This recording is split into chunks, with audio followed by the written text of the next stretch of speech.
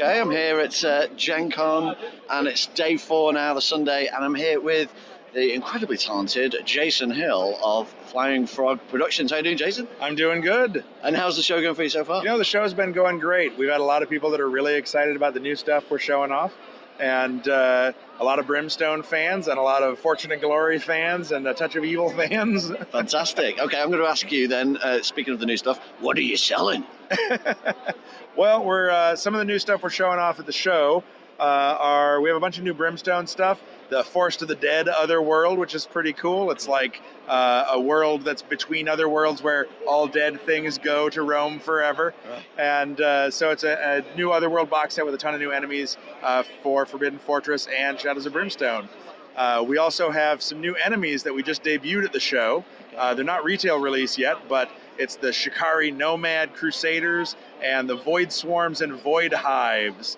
And both of those are pretty cool. We kind of surprised everybody. We didn't announce anything beforehand. We just had them here on Thursday, and people got pretty excited when they saw them. Yeah, you can tell from like just the names of the monsters how much sort of love and affection goes into like these crazy creations that you guys come out with. What are your big inspirations then for stuff like this? Oh, you know, we take in everything from shows we watch, Stranger Things and Star Wars and Lord of the Rings, and all movies, all shows, all books. You know, you can't ever stop taking in inspiration, right? Like a sponge. It all adds up, and then it all goes towards wanting to tell cool stories. Cool. Okay. Speaking of cool stories, I mean, with the amount of like the line that you've developed now of games, you know, it's grown and it's grown, and Brimstone's this huge sort of behemoth. Absolutely. You know, how do you stop that from taking over when you still got to breathe life force into all the other games like Fortune and Glory and Touch of Evil? Well, I'm sure a lot of people would say, well, clearly they don't.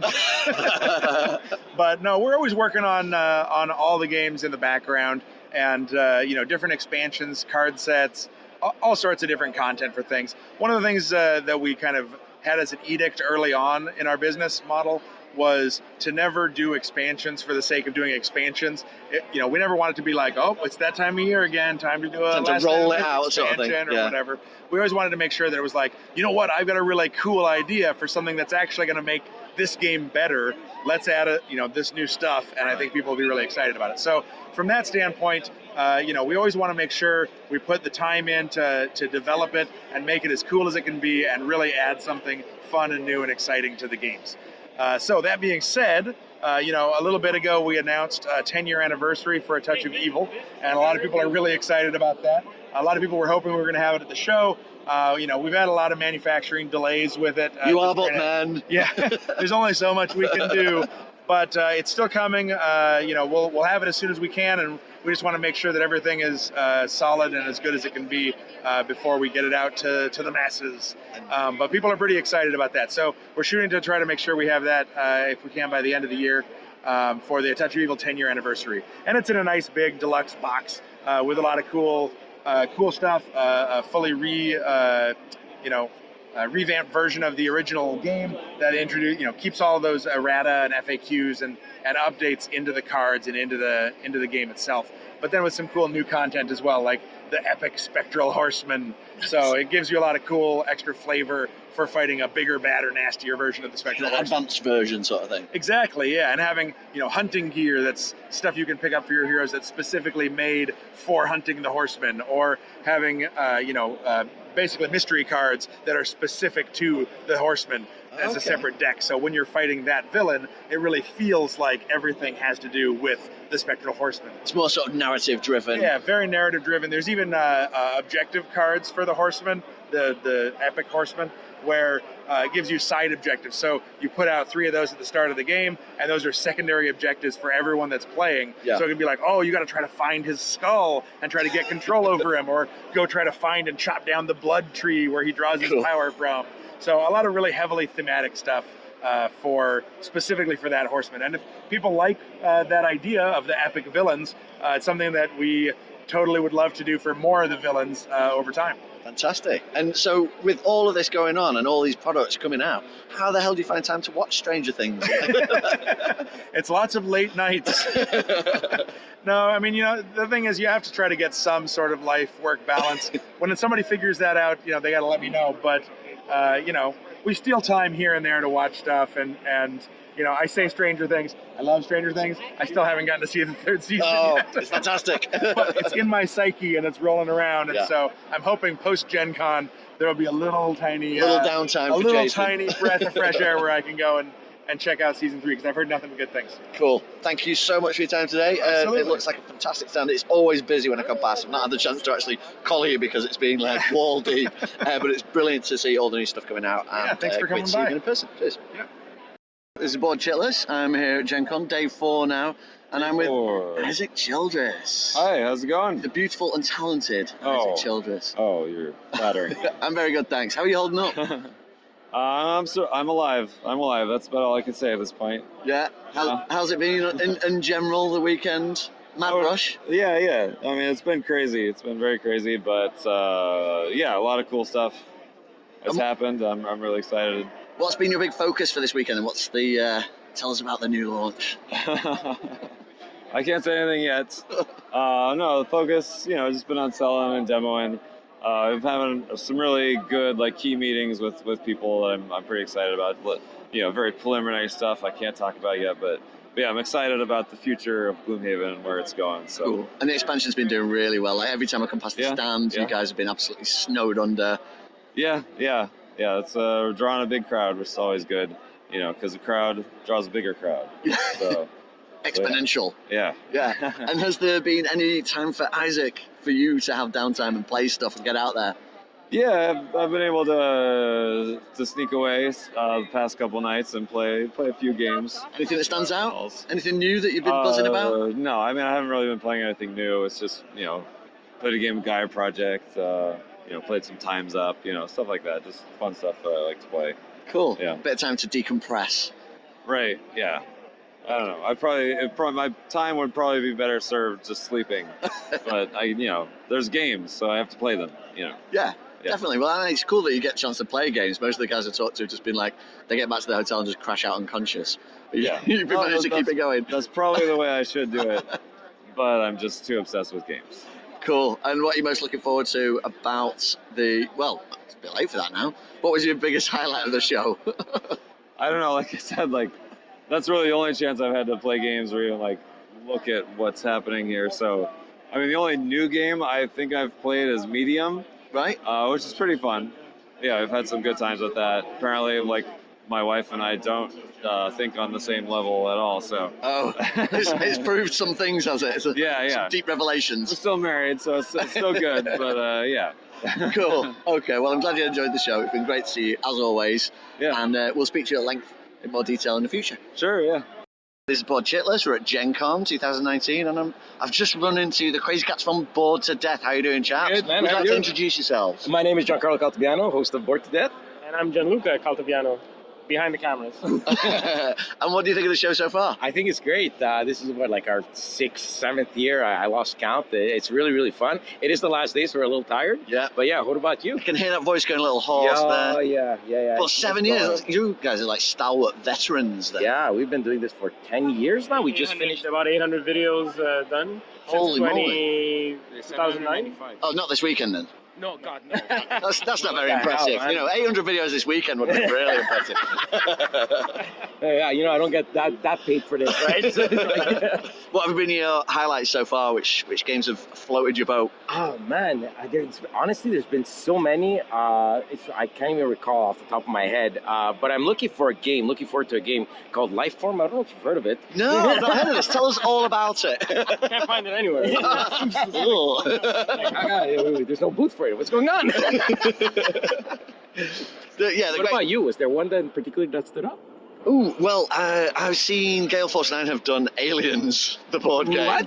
Yeah, and it's miniatures, and you get to be Hicks. Okay. So that's pretty much a dream come true for me. But I didn't get to demo it, and I went over today. I saw them playing it yesterday. It was really crowded. Went over today. I was like, I'm going to be Hicks. I'm going to play Aliens.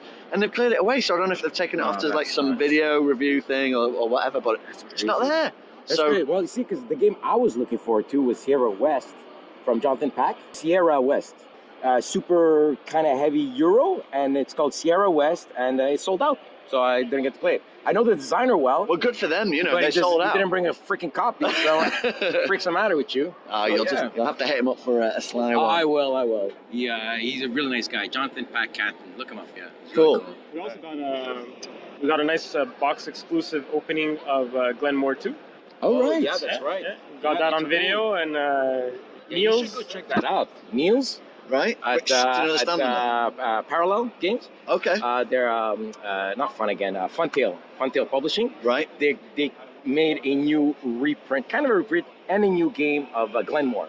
And, I'll see if I can get Yes, you in. I've seen this advertised. Yeah, somebody was talking about it yesterday. Yeah, it's like a super great, like deluxe hidden- version. Yes, Right. and you should check it out.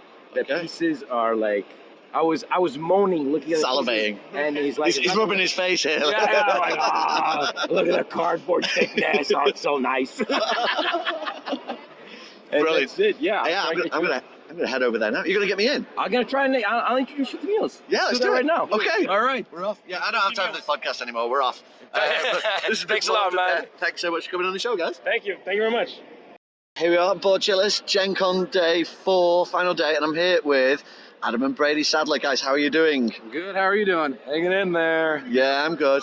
Better than you, voice-wise. I mean, you guys sound huskier and sexier than I do, but you've been chinwagging all weekend, right? Yeah, I've been talking about Alter Quest for 4 days straight, so. Yeah, so tell us, Alter Quest. So this is the big, show-off piece for you guys this weekend. Yes, so it's the late pledges have just opened up, so people have been come check it out. We're pretty much we're out of flyers now, so there's lots of people taking home, checking out the Kickstarter, seeing what's available for late pledges, and everybody's been loving seeing it in person.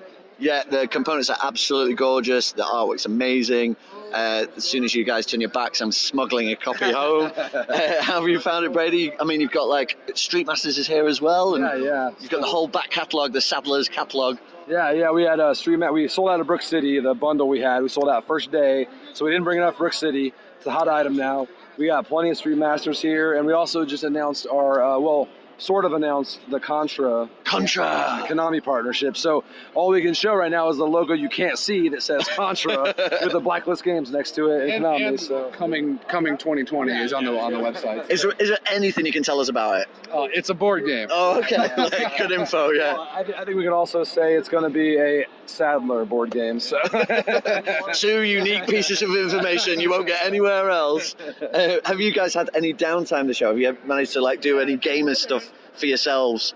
Brady did manage to pick up a lot of cool games that I want to try, but we haven't actually had the chance to do that yet. But lots of meetings, lots of talking to fans, and selling Street Masters. So other than that, it's been good, but no, not a lot of downtime. This is the least amount of gaming I've ever done at Gen Con, but I got to check out the new LCG that FFG announced, the Marvel Champions. Did you get to play it? Well, I watched some playthroughs, and I've watched the video, and I've got to touch the cards, so didn't have time to play, but I got a feel for it. I'm a day one buyer for sure. Yeah. And I also had to pick up the new Horrified, the Ravensburger did. Looks awesome. I've got to play it, but I got some cool stuff. Just The one with all the Universal monsters. Yeah. That was very cool production, very cool art. So excited to actually take some days off and just play some games for a change. Play some games instead of just pitching them the whole weekend. Selling them and talking about them. Cool. And have you had any downtime at all over the weekend? Like when you get away from the show, what do you do in the evening? Because I saw a photo of, I think Adam, you were pitching or demoing for Tom Vassell, but it was 8 or 9 o'clock at night or something. Oh yes. Tom wanted to learn Brook City. He had a copy of it, but he wanted us to kind of teach him so he could learn quickly. Oh right. So we ran so through you could that. skip the rule book and go straight to the source. Exactly. Yeah. So that went pretty well. Seemed like he liked it. We had a lot of fun. Finished the game, a 4-player game. Probably we got done by 11 o'clock, so it wasn't too late. Excellent. Okay, and what are you guys going to do to decompress when you get back home? Watch a lot of Always Sunny in Philadelphia while I just don't move for a while or don't talk. maybe learn some games without having to talk about them. About the same. Probably play some of his games and also sleep. Fantastic. And we promised Scotty, our marketing guy from Canada, we're taking him to Topgolf because he doesn't have that up there. So it's like a restaurant and driving range. You hit golf balls while you eat food, drink beer. So we'll probably do that all Only Monday. in America. Only in America. Fantastic. Well, thanks so much, guys. I hope you have a brilliant rest of the show. Yeah, thanks, man. Hello, this is BoardChitless. I'm here at GenCon, and I'm only here with Caleb flipping Grace of Fantasy Flight Games. How you doing, Caleb? How did you know my middle name? I guessed. No one knew that. It's like Rumpelstiltskin. How's the show been for you so It's far? been a great Gen Con. It's been really good. We could tell from your voice this is a Sunday now. Yeah. Oh, yeah. Usually I lose my voice on the first day. Oh, really? I made it a whole 2 days this year. Yeah.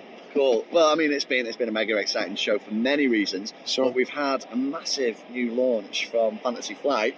Yeah. Some comic book or something. Yeah, Can you tell us a yeah. little bit about that. It's Marvel, baby. Marvel. I know. I'm so excited.